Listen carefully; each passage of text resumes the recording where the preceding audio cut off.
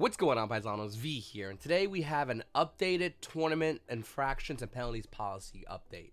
Now, this is really boring for every single Yu-Gi-Oh player, and a majority of Yu-Gi-Oh players probably won't read this, though they really should. In fact, I'll be honest with you, these things are insanely important for you if you're looking to play competitive Yu-Gi-Oh! If you're looking to play casual, it probably doesn't matter, probably. And yeah, if you're looking to go any real tournaments, this is something you need to know, because these things have an impact on how you play the game and understand the game when it comes to rulings, when it comes to infractions. This is like seriously important stuff. A lot of you players forget about. So in this video, what I'm going to do is I'm going to basically paraphrase all this. I'm going to tell you what I agree on and what I disagree on. A lot of Konami tournament guidelines and penalties guidelines and all this stuff is for the most part pretty sane. And there are some things, rulings that they have that I just absolutely disagree on. I said that in this past. I've spoken about that as well.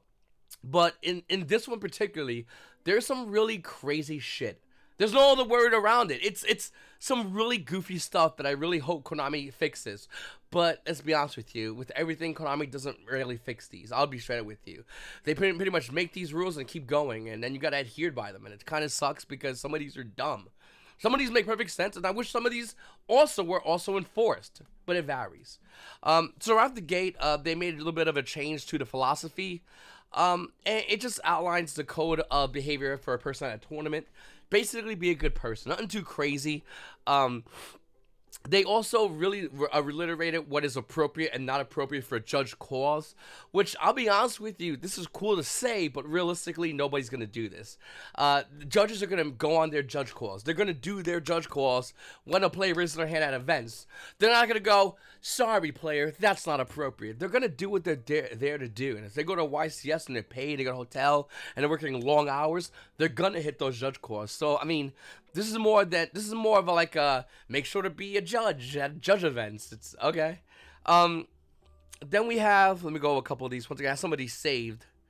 So that's the philosophy, going over it.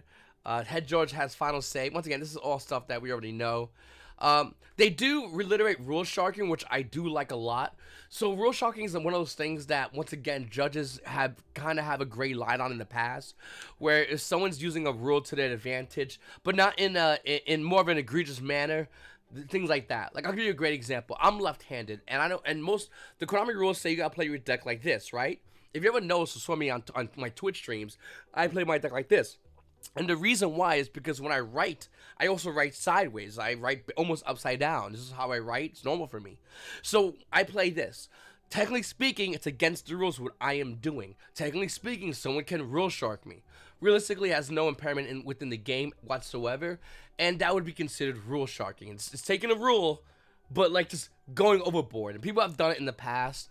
I guarantee you everyone has a story of someone trying to rule shark somebody else, or it happened to them or to a buddy of theirs. So yeah, I'm glad that Konami's talking about this. Hopefully we see this be more enforced, like actually enforced. And it is a huge difference between rule sharking and actually saying, hey, listen, I have a question about this rule. It's night and day difference. Up next, they go over time extensions. So once again, this is one of those things, and this is not where I feel about it. Hopefully Konami proves me wrong, but time extensions in Yu-Gi-Oh has been one of those things where, unless you're at high events, it really doesn't get followed. Most locals don't have a judge for that locals that's there to judge that locals. It's insanely rare. So who's one that does the time extensions? The TO.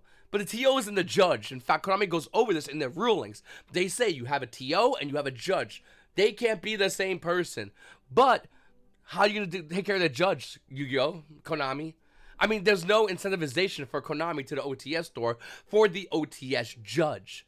So no matter what happens, 99% of the time, the TO either becomes a judge or a player becomes a judge. But that player becomes a judge who judges his game. See how that works? It's all scuffed and confusing. And comment down below, let me know who's a judge at your local. Seriously, if it's TO, don't say their name, don't say the locals, just in case, but I'll tell you right now, it's scuffed. I've never seen Konami go over this. So the time extension thing, from my opinion, is scuffed from the start for the locals' perspective. At regionals and at YCS, I will say judges are really good with time extensions. And anytime a judge misses a time extension, a player can request it. Hey, listen, we only have X amount of time. Can we get a time extension? Most good judges, when they go over to do a ruling, if it's going to take a while, they will write down the time. That's why you see judges constantly writing down time. A really good judge will carry a notebook on them, and on that notebook, they would usually write down the time when they approach a table for a judge call, so they can have a time extension if necessary. One cool thing about this is they actually go over time extensions, which I do like a lot. A judge call which lasts longer than 1 minute requires that the match be given an appropriate time extension. Now, the judge ain't going to be pocket watching it the entire time, but it's still really cool to see this. It's really cool that Konami does go over this, but once again, you need to start at the local level first, Konami. Fix that, but that's not being fixed, but whatever.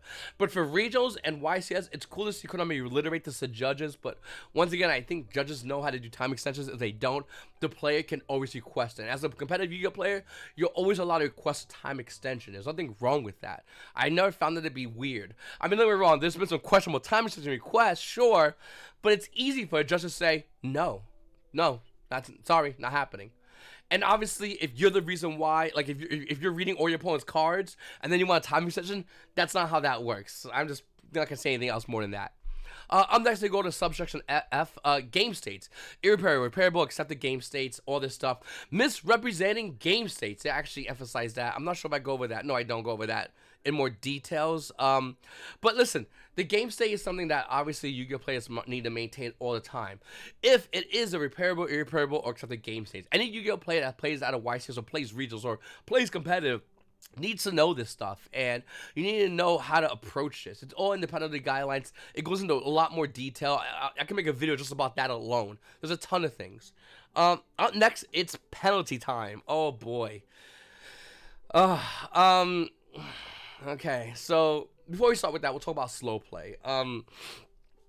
So slow plays are always a warning at first. They're upgraded as appropriate, which is not bad. But if we're going to be straight up and honest, there are times where we've gotten slow play and lost because of it. Our opponent has done it maliciously. Let's just be real. This is what it is. Konami has no way to really deal with that. They see that as a warning. So this almost, and correct me if I'm wrong, Paisanos, but this almost makes me feel like as a competitive Yu-Gi-Oh player, I can intentionally slow play, go, oopsie, it's a warning, and get the dub. That's what I see from here. Is that fair? No. Is that right? No. But that's Konami's way to do it. Slow play is presumed to be unintentional. Intentionally delaying a game or match is considered to be stalling and falls under the unsporting conduct cheating infraction. Now, once again, how do you find out if someone is intentionally or unintentionally slow playing / stalling? You don't. You really don't. It's really hard to figure out between people who are doing either or. I mean, don't get me wrong, if a guy has no questions hand, has a set Dark Hole, and is looking up Dark Hole, and your opponent has a Dragoon with a negate still available, then yeah, I think we can say stalling has a play in this. But the majority of the game states are not that easy. In fact, the majority of the game states are going to be really complicated. This game is really complicated. So to say this is intentional and this is not intentional, you need to have good reasons for either or. And to be honest with you, there really isn't. I really don't like the wording in this whatsoever, and I understand it's really hard for Konami to approach slow play / stalling, but this is something that they need to really focus on and really reiterate to their judges, not necessarily as a penalty guidelines for the players. Players, sure, but judges, in my opinion, need to have more information about this because there is so much here, and it's only given this much. It does get upgraded to like warnings and whatnot, sure, but once again, that's only if they keep doing it. But if you're at a YCS and you're in a bubble and you slow play for the winner, you're going to take it? Yes or no? Especially knowing that at worst, you'll get a warning. Once again, I don't know about that. Infractions. Now, here's where things get a little bit off the rails for me personally because I find some of these things to be really weird. And I'll go right into it. We'll go into unsporting conduct, severe disqualifications. This is going to get you DQ'd for an event. They add some things that, well, for the most part, will get you DQ'd. And some of them I agree with, and some of them I look at you, Konami, and I go, what the hell's wrong with you? Like, seriously, like, why do you think this is going to be a good idea? Players are going to abuse this, if anything. Let me go over and show you. We've added some examples in the chart, including intentionally misgendering another person, refusing to wear a mask when instructed to do so, submitting fraudulent vaccination information, behaving inappropriately on camera at a live stream event, and anyone other than official vendors selling at a sanctioned event for the purpose of buying and or selling. Unsporting conduct, severe infractions are serious, and it's your responsibility to understand this policy. DQ'd. You can get DQ'd for saying bro. What? What do you think I'm joking? Here it is right over here, by the way. We go into it. A person who writes on or otherwise damages their face's tournament venue. Wait, this is, oh yeah, okay. So if you write on some tournament or some TO stuff, sure. A person who physically or verbally assaults or threatens another person, okay. A person who makes racial or sexual slurs against another person, alright. A person who intentionally misgenders another person, are you kidding me? I'm not going to go into it too deep with the political situation. I just want to go to it on a surface way. We'll just look at it at a surface level. Imagine you're playing against a female at a Yu-Gi-Oh event. You're just playing competitive Yu-Gi-Oh. You just happen to play against a female, no big deal. And you say, all right, bro. Now, you've been playing about, let's say, a bunch of rounds of Yu-Gi-Oh, practicing a bunch of rounds of Yu-Gi-Oh, and if we're going to be honest, a majority of those people you're going to be playing against are going to be guys. So, verbiage like bro, dude, all right there, guy, that could get you DQ'd. Are you insane, Konami? I think this is horrible. I mean, don't get me wrong. Misgendering, sure, if somebody wants to be preferred to be called something else, that's great. But don't force me as a competitive Yu-Gi-Oh player who's going in to play Yu-Gi-Oh to adhere by whatever bullshit they're trying to do. At the end of the day, let's just play the cards. It's that simple. In fact, I would say, at worst, it should be a UC conduct minor warning. At worst. Once again, I just met this person. They traveled from buttfuck nowhere. I traveled from buttfuck nowhere. We're meeting at this YCS. Okay, we don't know each other. I don't know the pronouns because I don't care. Because I'm here to play Yu-Gi-Oh! It should be taken as an insult at worst. And that's me being very kind, by the way. A person who insults a player, spectator, or tournament official. UC conduct minor. That's what it should be. This is idiotic at best, and I don't really know why Konami thinks this is a good idea. Obviously, this is something that won't be a big deal until it is a big deal. And once it's a big deal and everyone's upset about it, then we're going to have to figure it out. So I'm just going to point it out right now. Eventually, it's going to be, if it does happen, and in my opinion, I think this is going to happen. This is going to be a problem, and when it gets blown up, people are going to go, wow, what happened? And Konami's going to turn to you and say, did you read the updated tournament policy guidelines? People are probably going to say no because nobody reads it. And that's where it's going to be. So, before you get DQ'd at a Yu-Gi-Oh event because someone said the pronouns are he, they, whatever it is, just know that this can get you in trouble. Once again, I don't agree with this whatsoever. I think this is a horrible, horrible ruling. I can go into it in more detail, but to be honest with you, I'm just too lazy and I don't care anymore. I think this is dumb, and it's not going to be long before a lot of people will have to deal with stupid things like this. And I think this is Konami testing the water with more stupid shit they're just trying to give to us. Konami, do me a favor, don't be Wizards of the Coast. They've lost so much money behind goofy little rulings like this. Make it about the game, not about gendering and all this goofy shit. Straight up. To anyone who wants to be called something else other than a player or other than another person, that's on them. Don't make that shit on me in order to play Yu-Gi-Oh! That's retarded at best. Up next, we have a person who steals or assists a person who's stealing items. That's in the same level, by the way. That's in the same level as misgendering. Fucking dumb rule. A person who severely or repeatedly harasses another person. A person who posts a video accusing another person of cheating. It's kind of weird, very specific. A person, that's actually really weird. Technically speaking, wouldn't that include Team Sam? Not that I have anything against Team Sam at all, or Triff, but that video of Triff saying whatever forever ago, wouldn't that include Sam in that? What are they doing here? Now, that's just really weird. A person who enters an event with mask requirements and refuses to comply with the requirements. Now, this is kind of weird as well. So, you guys don't need to follow the political spirit, but I'll tell you right now, I think next month, or is it May? I think it might be May, actually. The president is going to be getting rid of all these mandates. So, no more mask mandate. Allegedly. This is all alleged. And if it is to happen, would Konami still enforce mask mandates when nobody else is enforcing them? It's a great question, actually. We don't know the answer to that. Imagine nobody wearing a mask, nobody being forced to wear a mask, nobody being forced to take a vaccination, but yet Konami still making players do it. How do you feel about that, Yu-Gi-Oh players? That's a really, really, really thin line Konami's going to try to walk on if they want to go that route.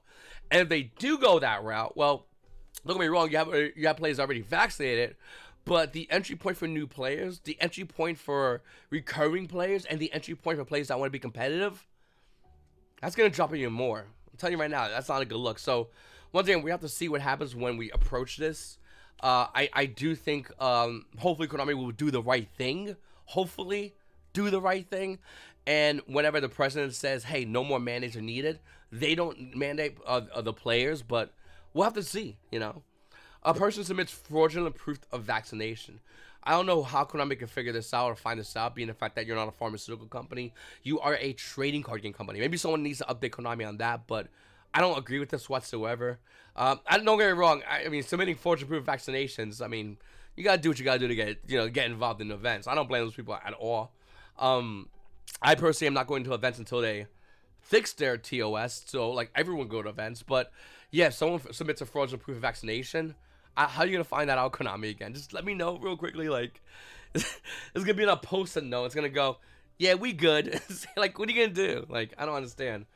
Anyway, a person promotes actions that are against tournament policy, such as creating a video to demonstrate how to manipulate decks while shuffling. That is an excellent UC severe disqualification ruling. Yeah, if you teach people how to cheat and you do it in a video, shocker, not good. You know what else? You know what else is bad? If you rob a bank and you record it and throw it on YouTube, probably a bad idea. No, it's okay. I'll show everybody how to rob a bank. Yeah, still a bad idea. Like, I don't understand why would anyone debate this whatsoever. Hey, I'm going to show you how to shoot somebody. Don't worry about it. It's for demonstration purposes. Stand right there, Chief. Cock my gun. Once again, like, obviously, sure. A person behaves inappropriate on camera at a live stream event. I guess so, but once again, like, what's behaved inappropriately? I mean, there's taking it too far, and there's like that middle ground, and I think we're just back into this gray area where Konami realistically, it's hard for them to tell, but it's cool that they're trying to make an initiative, but you really behave pretty inappropriately to be kicked out of an event. A person at a sanctioned event while intoxicated or on an influence of any substance that may be illegal on local, state, or federal level. If a substance is legal at the state level but illegal on the federal level, the substance is not allowed to. Marijuana. Just say marijuana. Like, what are you doing? Just say marijuana. Basically, you can't get high or drunk at YuGiOh events. Hot take. I mean, I understand the whole backstory behind everything, but whatever, dude. Like, let's move forward. A person brings a prohibited item. A person brings a prohibited item to a sanctioned or official event that is not allowed via event FAQs or is illegal on a local, state, or federal level. If an item is legal on the state level but illegal on the federal level, the item bong. Okay, so bong. A person attends a sanctioned event that prohibited buying and selling items with the intent to buy and or sell items with other people rather than approved vendors. So Konami's vendor policy is obviously getting a real overhaul here. It might be an issue with players trying to do things where they're like, hey, let's go outside. Set my office outside. I only came to the YC's event to sell. Come outside and then let's buy and sell. And Konami's trying to curb that as much as possible. Realistically, I'll be honest with you, and I think Konami knows this deep down inside. If a player goes to a YuGiOh event with the intention of buying something from other players, all they gotta do is say this: I can't do this here. Let's go talk outside. The minute you're outside and out of the venue, you basically could buy stuff for anybody else. The second you're in the venue, you can get DQ'd. And I think that's, more than reasonable. And I think that, vendors are probably upset because they're seeing people do this, in my opinion.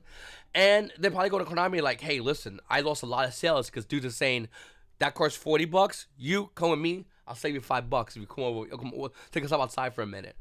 And players are not going to waste their money. They're going to go, sure, of course. So that's basically the whole summation of the UC Severes. Some of these I do agree with. Some of these I think are just absolutely wrong. I think Konami, as far as like tournament penalty guidelines and all this stuff, I mean, this is all, some of it is gray territory that you realistically can't just combat. But I don't think it's bad. Anyway, guys, I'm going to be ending the video right now. Make sure to hit the like button, subscribe button, comment down below. It's your boy V, and you guys have a great day.